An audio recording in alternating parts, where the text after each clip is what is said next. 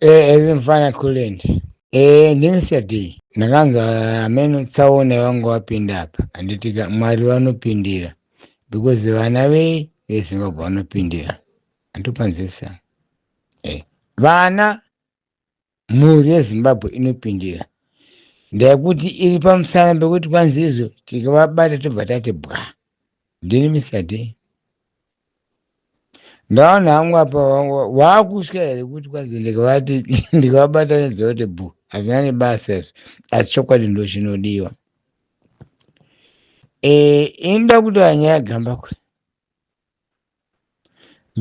anombozviziva here kuti imbavha inozivikamwa Gambakwe mutengesi wenyika yeZimbabwe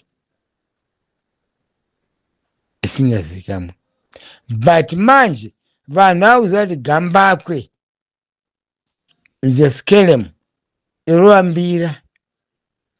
I wonder why ndambonzwa mwati kwanzi Gambakwe ndicharamba chingotevera chivhidhiyo yenyu uyu munhu handimusori because haazivi kuti Gambakwe akamira sei.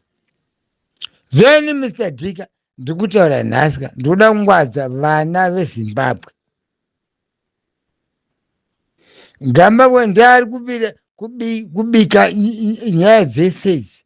Gambakwe inyoka. Right. Ndoti ndika pane mamwe mashoko andinodini andoteeranisa Mr. D. Kuteerera handi kwanzi kupikata hakusi kuridza asi kupikata.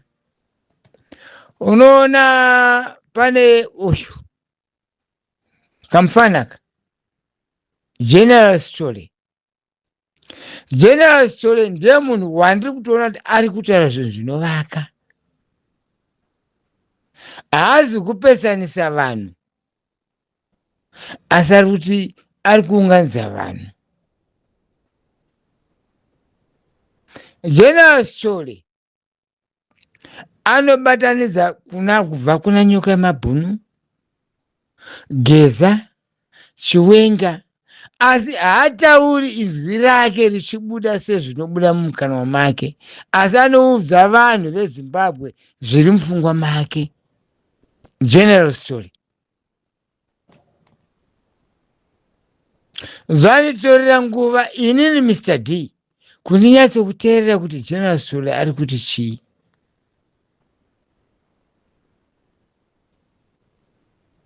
But last speech yandateerera inini yaGeneral Story munhu ari kuedza kuti hondo iri papiko, zvitadzo zvedu zviri papi, topomerana mhosva tichiti kudini kana mhosva dziriko dzinotendekewa. General Story kwandiri Mr. Dika mashoko ake aundibata because anotaura akatiwa imwe interview vamwe vakapedzisa kuda kumutaurira rabishi akati aiwaka indimire panapa kuti ndidini ndipindure zvamuri kutaura. Is a guy handisi kumupromota kuti anzichi but mashoko ake ndo andinokuza aGeneral Story because havanzi. Iwo Joeka mutumiremo kune mudhara anzi Mr. D afana nemashoko ako, anoparidza, haana hondo, haana chii kana usinye. General Story ndo patisingaoni panhu ipapo. Anoda zvokubatanidza nyika tiite vanhu vamwe chete kwete kutendekana. Right. Tida tione kuti General Story munhu akazvibata. Anotaura mifananidzo yevanhu asi hatauri zita remunhu. Hatendeki munhu. Anotaura chirangano sengano sezviri kuitika paground asi hatendeki munhu kuti iwe. Right. Nduzeka handisi kumupromota imharidzo yaanotaura yakanaka-naka inosvika nekunana Chiwenga kana vachiteerera, inosvika nekunana Munangagwa kana vachiteerera. Mharidzo yako yanakiro yageneral story inoreva zvakawanda. Hana hasha akaitwa debate apa ndakateerera. Unoziva ndoti kudiniko, ndoti chiiko kudini, kana kuti munhu wagarirwa nezvikara mumibvunzo. Janzo akagarirwa nemibvunzo imomo mumibvunzo iyo yaipiwa ka. Ndakaongorora kuti zvechokwadi kune makarwe, asi akapindura zvinyoronyoro, ndimi akafamba zvinyoronyoro, akati zi ungati asisipo, achiteerera zvinhu zviri kutaurwa, mibvunzo yari kupiwa, asi mibvunzo yake, mhinduro yake aingopa kuti zviri pachena zvisina hondo kana mukati. General story ini handimuzivi, ini Mr. D bandotera zvinobva mumukanwa momunhu nepfungwa dzake. General story ari right, haana kwaanomirira, asi ari kuti izvo vana veZimbabwe ngatibatanei. Abvunza mibvunzo zvana Gamba kwechisvikanzi aiwa inongwa handikwani changu kugadzirisa zvinhu kuti mari iende kupi uko kumaloya straight. Ini maonero andinoitensa Mr. D. General Stoleka munhu akamirira pfungwa dzevanhu. Jasore handiendi anogara achitaura kuti mutungamiriri wenyika achasarudzwa nevanhu. Mashoko aya handakangamwe.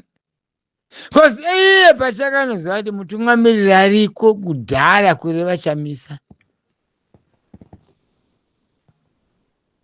Aitaura nezita. Asi andoziva tese toziva kuti mutungamiriri weZimbabwe, the next president weZimbabwe ndichamisa.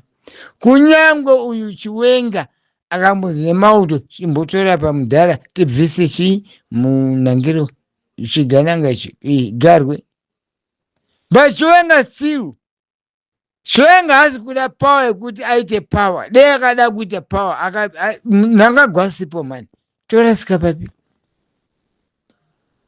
Inyaya diki zvose zvavari kuita zvakatagura izvi hazvina nebasa zvo. Iye vari kutoona kuti unoziva vamwe vanhu vane hameno kwa vakaromba kana kuita sei kana kuita sei kana kuita sei. Zvana zvofanana naChivhayo kana vakaromba bazvinopera. Vakuru vakanyanzi izvo pasi rinojeka asi azoita rima nerimwe zuva. Rava regai vaite zvavari kuita. Vari vanhu vane pfungwa kuziva munhu chaicho ane mari. Muchipatara hamuna mari, vana chikoro vakutadza kuenda chikoro nenyaya yemari.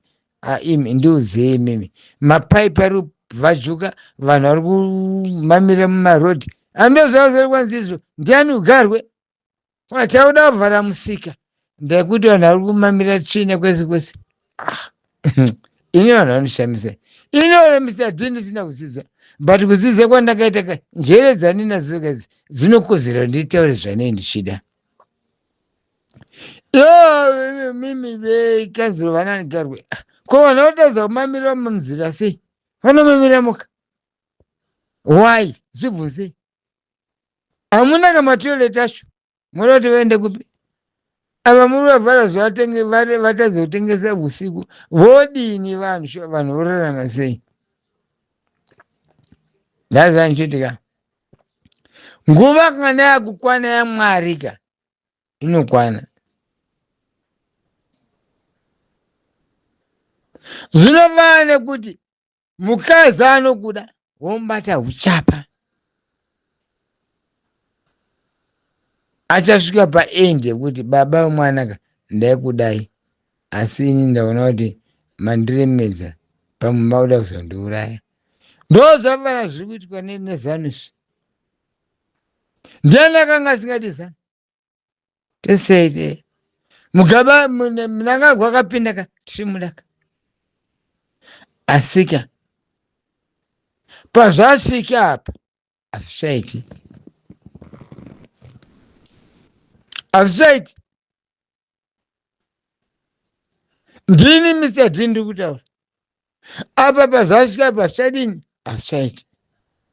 Ekule ndizviri raiti ramba wakahwanda kona yakoyo unotova bho. Ndakuti vanhu vamatsotsa zikanangazve handi vakaponyuka vaida kukuponda izvozvo kana kubata vanhu vacho usinyi hwavo hwavanda kukubata vogokutosa vagokurova vagoita sei. Una Mwari iwewe kule handi ndikutokuza,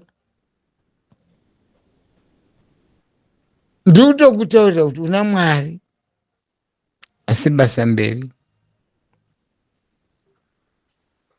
Mumakore achauya uchazovamo mumabhuku kurendi isiriyo yakatoitika, but vazhinji havazvoni.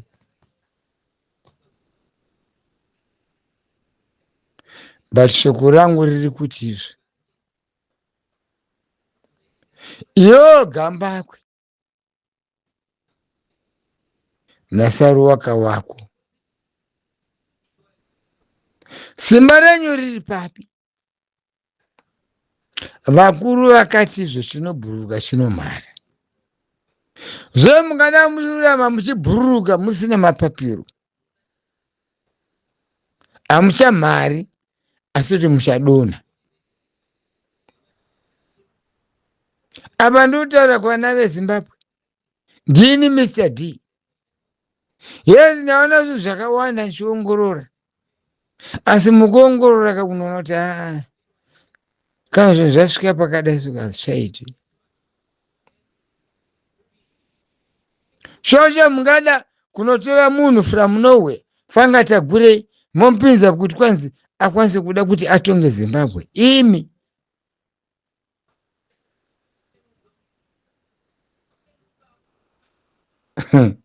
hazomashura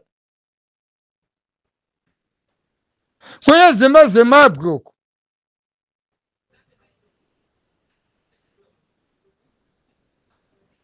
kana vachikwanzi kumasvingo havari territory, masvingo kureva masvingo echi Zimbabwe ruins ndo masvingo. Hakuna kataundi kanonzi masvingo kai. Masvingo kureva kuti kwazvakarerekera kwazvakaremerera ndo kwakaona njodzi dzese kubva kumabhunu, kubva kuvachena, kubva kuvapamba vepfumi. Saka watida kutamba nenyaya dzakadai so. Iwo Mnangagwa ka ndikuda kutaurira shamwari, hausi shamwari yangu futi, ini hana kana kukama newe, ini Mr. D. Iwo Mnangagwa chizorora nguva ichiripo, ukaona imbwa dzakukanirana, pachimanzi kukanirana kurwira bhonzo renyama, something wrong.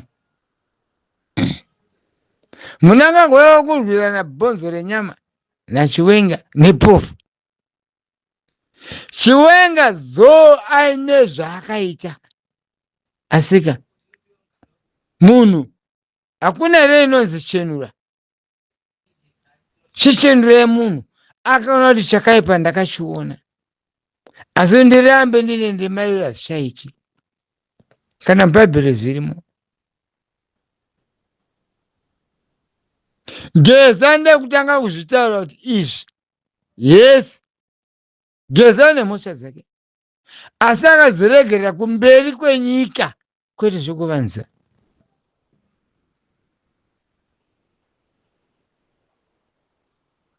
Kwakuemidzi vananyuka mabhunu ava, chiratidzo chambuya nehanda kuti muchadini, asi nhoroondo yangu ichakunitsa vanhu kusvikira chokwadi chabuda. Ndimbuya nehanda uyu. Asi Mwari utoti kwanzi ini ndopana zora kuna nyaya yanagambakwe. Vanoita zvokutamba nenyaya yamabhunu iyi. Hauziziva kuti nyaya yanyoka yamabhunu ine muzimu mukati. Hapazvizivi. Ndini ndiri kutaura Mr. D. Remember, ndakambotaura kuti ini handisi n'anga, handishoperi, handisi svikiru. Ndoda kutaura nezviri paground. But panhasi ndiri kutaura kuti chokwadi chese mani chinomuda mani. Maita seku. Hakuna chinowaidzwa pasi ziri pasi ungazonzi zvakudividzwa ivhu kwanzi ngaende kunyepa. Zambia iko zvino iri kunetseka. Neyani yaiti Kalungu. Ko kana koti yati ngaanovigirwa kumusha kwake. Koti iri wrong here. Iri wrong. Odena ndiri judge. Wanga uri president. Wakavhoterwa nevanhu venyika yako ukahwina kuti uite chi president. Saka vanhu ivavo vari kukuda kuti vacheme newe pamwe chete. Kumusha kwani kwako. Ukada kuti uvigirwe pane zvauri kuhwanda zvipi. Mhere yemukadzi wako ndo mhere dzevaroyi. Mhere yakarizwa mukoti yandini Mr. D ndiri kutaura. Mhere yakarizwa mukoti yaina mailungu amekuda ndisisa kengu chi. Ndongozi. Ndongozi. Chamunoramba kuti president, former president wenyika mota mudavika kana heke chirema wacho kana akatadzaka ngazviburi tione kuti vakatadzirana papi. Haka chirema akaedza zvese zvaanogona vakasika madziro. Asi koti ndiyo azoti munhu ngaadzokere kumusha kwake. Ndiani asingadi kumusha kwake? Hakaenda uyu Lungu otenda zvitaurwa nevakadzi kuti kana iye Lungu wacho kana ari munhu akangwara anofanirwa kumuka kuti vakadzi vari kuti chikuti handifanirwi kuvigirwa kumusha kwangu. Why? Ndokune mbiri yake. Ndokune mbiri yake yamangwana nemakore achateera kwaiva naLungu former president. Vana kuti avigirwe muSouth Africa pakuita sei? Okay. Hapo pakubuda imwe iri nyaya iri paplane pachena. Policy yake yemuSwatini yaiti Kalungu. Vanhu ava vakadzi vari kuziya vakadzi vanoda kugara zvakanaka. Pane mhosva vasiri kuda kuti vakaenda kubva vasungwa. Ukaenda unosungwa kana iri mhosva imhosva. Asi kwete Chituna. Chituna ngaachiende kumusha kwacho kwachakatonga kwachakavhoterwa nevanhu kuti aite president. Ngachizokere ikoko. Hataada kuti achaenda zvemaelection. Ngadzokera kumaelection kwacho ari muboxi imomo. Zvopedzerana. Indoyo judgment yakaitwa neSouth Africa kaya. Vanhu tinganetsana. Judgment yakaitwa neSouth Africa is quite fair. Ndiani asingadi kuvigirwa kumba kwake? Kumusha kwake? Ndiani? Ava Beteka mapresident akatombovhoterwa nenyika yese munhu achihwina. Ko vakamuhwinisa vakanzwa kuti akavigirwa saseka vanonzwa sei? Ngaadzokere vacheme vese. That is my policy, Mr. D. Apa handina fefa. Hanoziva sevatongi asi vatongi vakatoita fair. Ndonozi fair imi plus hapane dzimwe nyaya. Alright. Ko iri sare uzonziva unobva kuZimbabwe ranga rabva nepapi. Asi budisa mukoti. Koti inotoona kuti tiri kutowaste time. Tikazobudisa iri rekuti iyi vari kuvharana ava. vakatoona kuti tikazopinza zvezita iri kai tendai hanzi tendai Munyaradzi takutopinza futi Mnangagwa pataiti. Asi chiri nyore munhu ngaatorwe nendege vopedzana nakupi kuZambia ikoko. Judgment kwandiri is quite free and fair.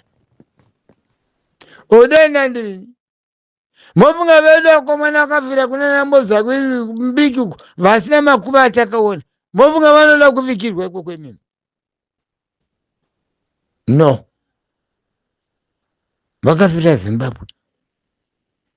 Nanhazi nyaya yacho ichanetsa because zvipoko zvichatinetsa. Zvipoko zvichamuka kubva kuna Nanyadzonya uko ame kuna Nachimhoiwo.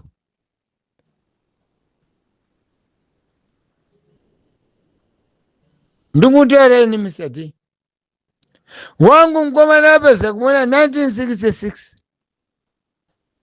ane 22 years ndandine 11 years. Mbondo zati hana shingo kudeni avigirwa kupi kumusha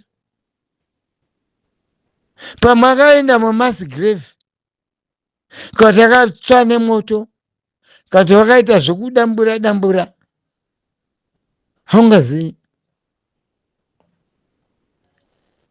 Asi judgment inonetsa, but judgment ina lungu iyi is quite clear. Munhu enda unovigirwa kumusha kwako kwesangano atiri kutakura kubva kuna South Africa kukikirisana nebhodhi kubva South Africa uchinovigirwa Zimbabwe. Ko wati moyo president weZambia chichanesa nyika yawakambotonga iwewo uri president. Ina handifungi kuti zvese zvikutorwa zvina lungu mukati. Vakadzi ava vahamas ndo dzine mhosva, ndo dzoziva zvavari kuvharidzira. Lungu pachake I'm telling you, lungu hana mhosva autoti indoda kunovigirwa Zambia nyika yandakatonga. Ava vari kumashure chamunotya chii kuti anovigirwa kumusha kwake? Haasi lungu ari kutaura ka, ndivo vari kutaura kuti hafa kunovigwa kwafamily affair kuita sei. Lungu ndi baba akave baba weZambia. Nhasi mamuti kwete imi mundikwanire vanhu imi.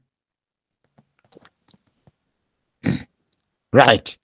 Apa nyaya idzi handikwanisi kupinda mukati mazeni Mr. D. Kwa ndikapinda mukazi macho mukati macho ndauzoita fanga ndini kunga jaji. Aiwa kwete. Asi zvandiri kureva ndezvekuti mutongo wakapa jaji kwandiri uri right. Yes. Vachachema zvavo vakadini asi mutumbi uchatakurwa kusvika muZambia. Akachilema hana mhosva uya akatilaya zvese zvakaita kumurespecta. Hama nzenza kupindukira uyu aita sei? Kwenu mwasi akambovhurira Hichilema mujeri. Hichilema achipinda pachigaro akataura zvakadarika but akataura muromo kuti izvo nobody has suffered like me. Through what? Chigaro chandana nacho ichi I suffered. Mana kuti chi ati but again Chilema akati izvo past is past. Zvino yafa imi hama dzacho ndima kutaura kuti hazviite. Hazviite pakudini? Robert Mugabe chaiye akaenda kuSingapore achinorapiwa.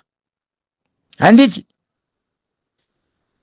mudzara wedu wokuvhiringidzana naMnangagwa usaizwa akaenda kuSingapore achinorapiwa. But kurapiwa kuya nenyasha dzaMwari zvikadonha bva zvatadza. Mugabe ndobva afa. Pane muromo here wakambobuda kuti hanzi Mugabe havekirwi kuZimbabwe nezvitadzo munhu anonasa mwachinasa pambobuda muromo iwoyo kwete. Uyu ndianiko? Grace akati isi totakura baba toenda nawo kumusha.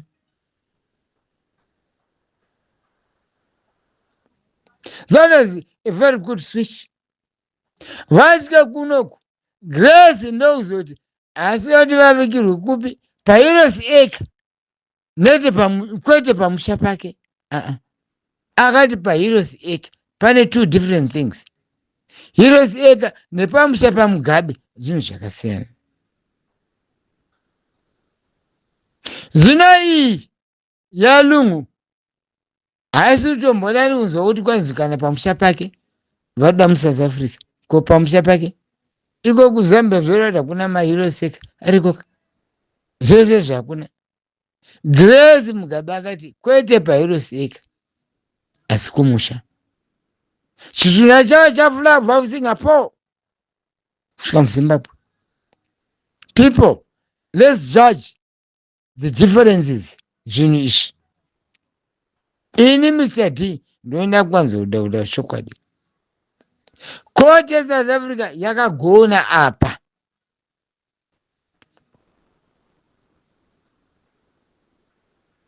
Yakagona. Ndepi nyika inoda kuchengeta ngozi dzevamwe vanhu? Never, hakuna. Hondo yakati kaHitler nyika dzese dzikapandwa dzikanzi hatidi hondo yaHitler vakapedzisira rwisani Hitler wacho. Ndo zvakatika pana Lungu apa. Azviite imi muchamuna Bonifita chii zviuya kunetsai kuti mude kuvhamana South Africa kudarika mumba kwenyu kumusha kwenyu kwamakatonga kwemakore muchidzvanyirira muchiita mari konasi zvaita sei? Majaji anopenga kunyepa. Majaji ari right. Ini Mr. D majaji ari right. Kwepalese yekuSwatini yabva napapi? Yoti kana king kana queen havana palasi iyoyo. Kanyika kadoko doko kaSwatini kachengeta secret zaLungu. Moti majaji anopenga, majaji haapengi. Ari right because vanenge vachiona rima riri kuseri kwemunhu. Kuchema kuya kwaita mukadzi wako imhere yengozi. Ndini Mr. D ndiri kutaura. Kuchema kwakaitwa hameno kudai hanzvadzi dzake kana mukadzi wake don't know there. Ingozi. Vari kuziva kuti chii chavari kuvanza ipapo. Ini Mr. D ndo mutongo wandinoda. Ndonoita kuti chokwadi chese chakawanda chibude. Why muri kuramba avigirwe ikoko? Why? Masima mane wealth yenyu muSouth Africa mumu hezvo palasi yekuSwatini. Ndiani aiziva palasi yekuSwatini? Hapana. Saka muri kuchema chii? Kuti munhu anovigirwa kumusha kwake. Ende kunovigwa kumusha kwake ane vanhu vanomudaka. Rega anovigwa vanhu vake vanomuda vachichema vachiita sei? Zvopera. Family, power of a family is not the power of the state, of the citizen. In fact, cannot show power of the family, because here kuti aende pachigaro kunzi president is power of the citizens, maZambians. Saka kana ndovigirwa kuno ko vanhu vako vambovhutira kuti vapinde papresident wovafadza chirudzii. It's a clear matter, it's quite open. Ndini Mr. D majaji akagona basa. Zvoze mhere dzavo dzengozi, mhere dzavo dzekuti vhara. Vanhu vagere vaya vane mabhills ende vane mari futi. Chanochema chii? Chanodira chishuna chake murume wake chii? Iye akatonga nyika ariko Zambia kwacho. Saka vanhu vakambomisa pachigaro vanoda kuchema nemutungamiri wavo wavaida. Finish. Ndati Mugabe akabva Singapore. Unbox. Sabush. Grace Mugabe akati handisi kuda hangu kuti avigirwe pairoseka. Takuti mushaka ipapo muZimbabwe. It's another different story, man. Fine, ngatirege kubatwa zvisina nebasa rese. Kana iri ngozi ivava vanhu kwana hichirema ivava. Vana yulunga. Vane ngozi dzavo dzavanoziva. And I got out, I've tried my best. So I'm leaving everything to the coast of South Africa. Akande was prepared to avige success many people in a very, very dignitary way. Asi imimi vakazi imimi. Mota zviti. Chiku. Vakazi ava ndo vane rinda rese rikuziva. Chamotiza kumusha kwenyu Zimbabwe kuZambia chi. Ndini Mr. D. Chi chamunotiza ipapo. Chachichuna kachi. Saka chamunosvika chichuna chingonovigwa zvopera. Chi muramba mune chichuna imimi. Chi. Chichuna munhu afa. Moita makakatona. Imotora mota hazviite. Chitoreka munhu nyika munoshengeteka kumushaka. Chanya kunetsa pandechipi papo. Mamansion nemari dzese dzemakaba. Mabuilding yese ari muSouth Africa mukati aiwa zviite. Akuita se ngavase akaende uya ari smart. Akaende chirema akaedza zvese vakaramba. Akatinda kubuna mumunyacho. Akaenda kunzi yoga. Wonaka. Akaenda akati kuti indotambira my former president. Bhera yese ngavaite pachavo handipindiri. Asi munhu wakunobowa uri mukoti.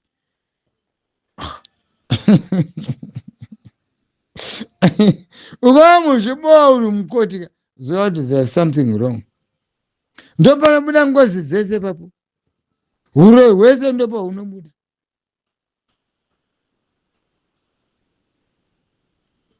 Ini mbuya wangu vaiva vakuru vekushopera vaiva ungoti akakutendeka nobva kuza zvese kumusha kwako. Ini Mr. D. Asi handiri kuti ndizvo. Indi kureva panyaya iyi. Simple. Handi mapanzisa. Mr. D handisi mwana mudiki. Ndotana zvizukuru magreat grandchildren. Pandiri panapa.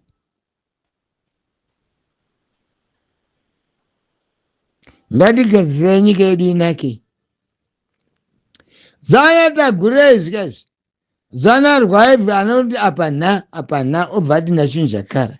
Please ngazvipere. Because anoona kuti rwaive rwachinja kara tisu vanhu. Rwaive haruzvizivi.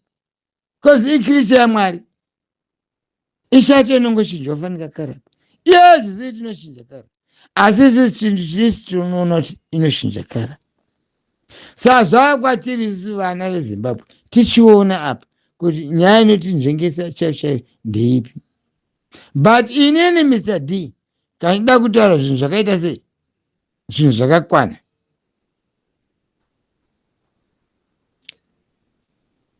Vakomana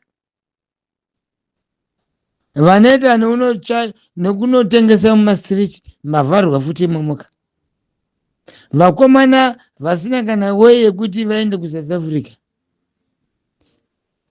Imi vakomana vechisoja varimo. Iwo komanda wacho mukuru akatariswa nenyika yese Chiwenga. Chingwara uchiona kuti rodi yakajeka here kana kuti yakaita sei. Because Chiwenga ukataridza kuona kuti rodi irima here kana kuti yakajeka.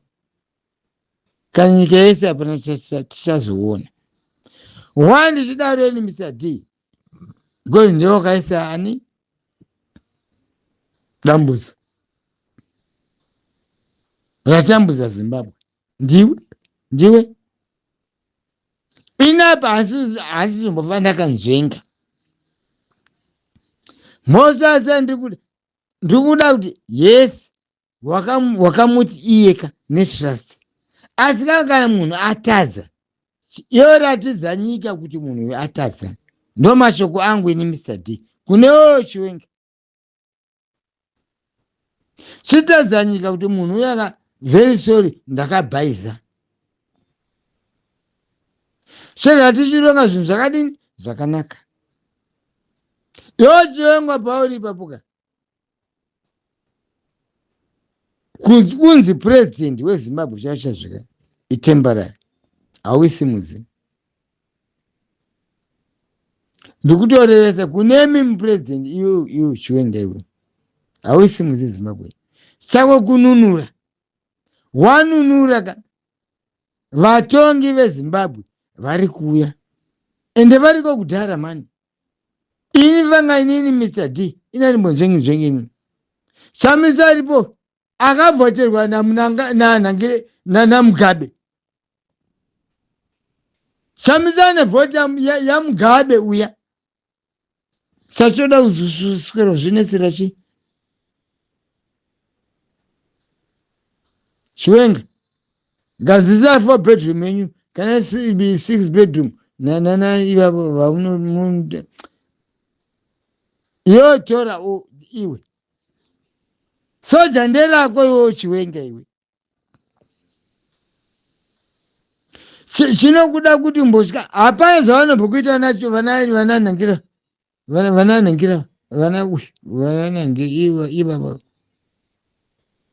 magarwa Mnangagwa hapana zvavanobhokuita vaya kana peace. Izvo ndini Mr. D ndikutaura nhasi musi waNameno 10 mangwana Hiroseka. Mangwana Hiroseka yoka mochitanga funga kuti chinonzi Hiroseka chi. Ndini Mr. D ndikutaura. Yo anombobuda oenda unogara achinosasana Mnangagwa out of Zimbabwe. Yo kunoedzerwa uchimumirira futi pairport uchitadza kurakura nemukadzi wako anongozi Amino ane brain. Of course mukadzi wako ndomuonawo papakita inini Mr. D ane mukadzi haachafani naMary aida kuuraisa kwendombovanzera ndoziva nhoroondo dzese. Asika nguva kana yakwana yo mudhara Chiwenga iwewe ndoone ngetani yeZimbabwe.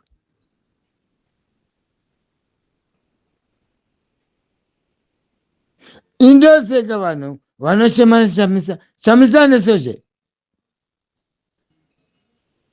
Chamisa ane mukanwa imi apezera anetoka mwana womunhu mumuregerere.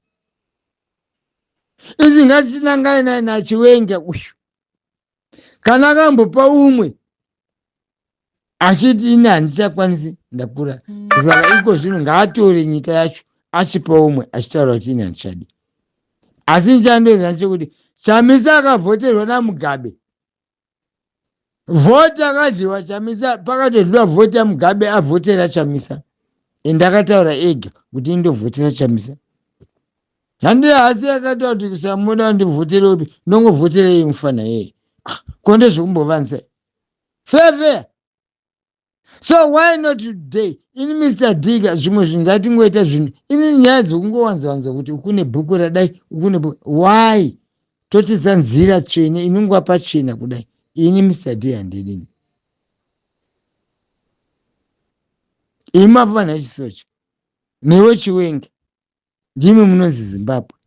And hakuna Zimbabwe, hakuna bridge ridarika ipapo kunyepa. Ndimi munoita zvamunoda. Izvo today mukati Mnangagwa, we don't want to see you. Today, anoswera peka mabag kubva State House. Today, pasina kana 10 minutes. Ndini Mr. D ndikutaura. Thank you, Jesus. asi ndataura kune vanhu vezimbabwe nemi vana chivenga vacho muzive kuti kuna Mr. D altra zvakati ini handida kwete kwanzi povhu yopinda musiriti kuti povhu ropa rideuke repovhu aiwa hazviite imi masoja ena munodhingura chikero kwete kuti povhu ipinde musiriti kunoita sei vamakauraya vangani vakapinda musiriti umu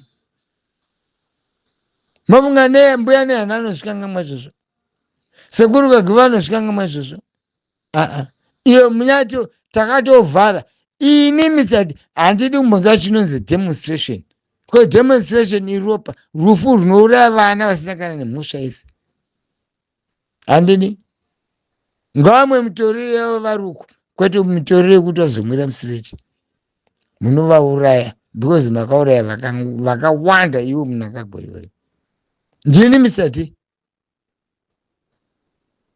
chinongonzi chete demonstration ini handidi kuchinzwa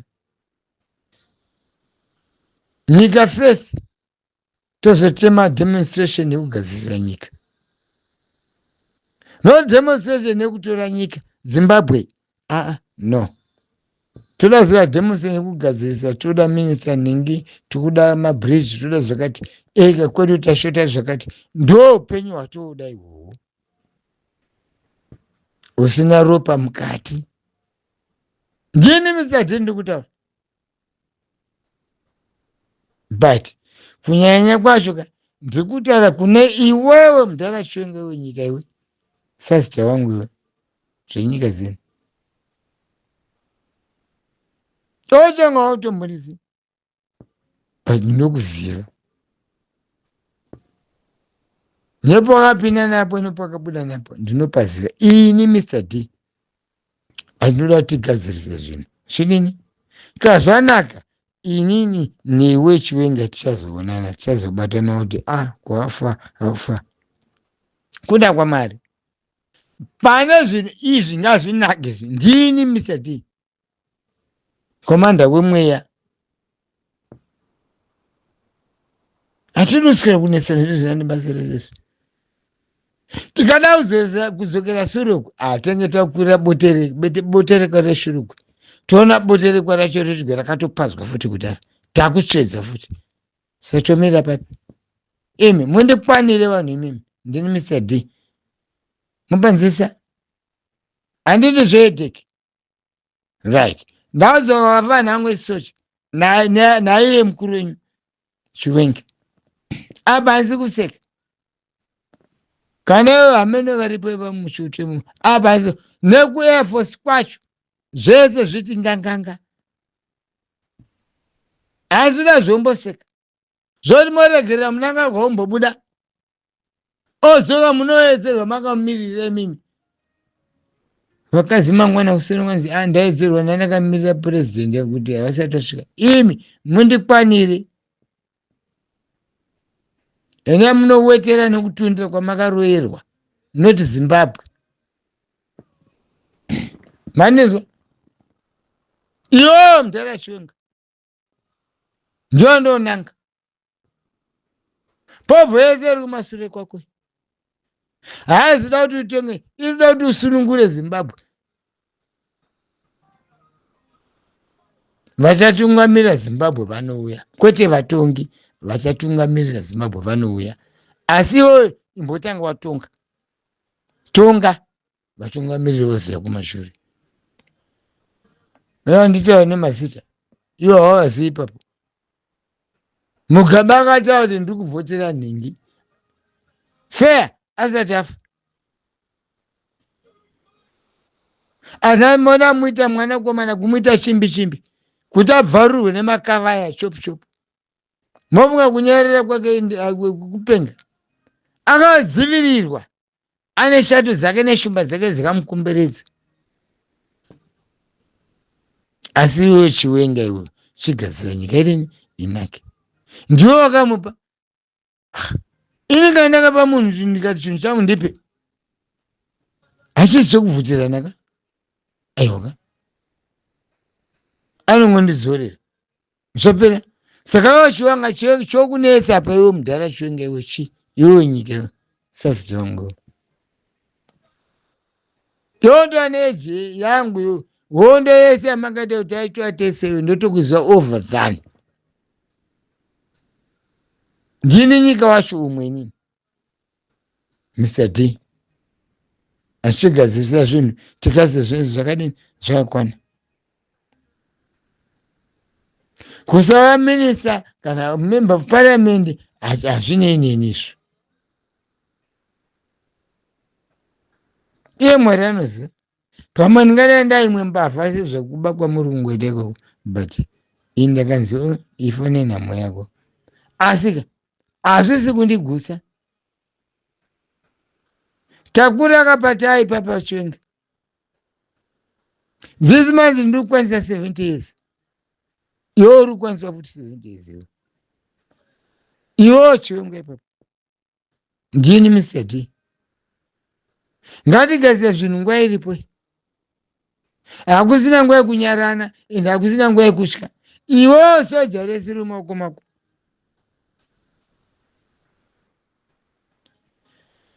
kana masoja uchiona kuti pane mavasi kuti vabudisire pachena kuti nhasi today ndiri kuti zvakati uone kuti vasinga machi ndevapi boze today tiri kumacha kuenda kustate house uone kuti vasinga machi ndevapi vese anomacha ndiri kutaurireni iwewo chiwenga ndione simba reseri thank you ndataurani Mr. D but it's all up to you handizvo because kandichitaura kudaiga handitaura zvangu ndega handitaura zvani ndiri kutaura zvedu tese handizvo thank you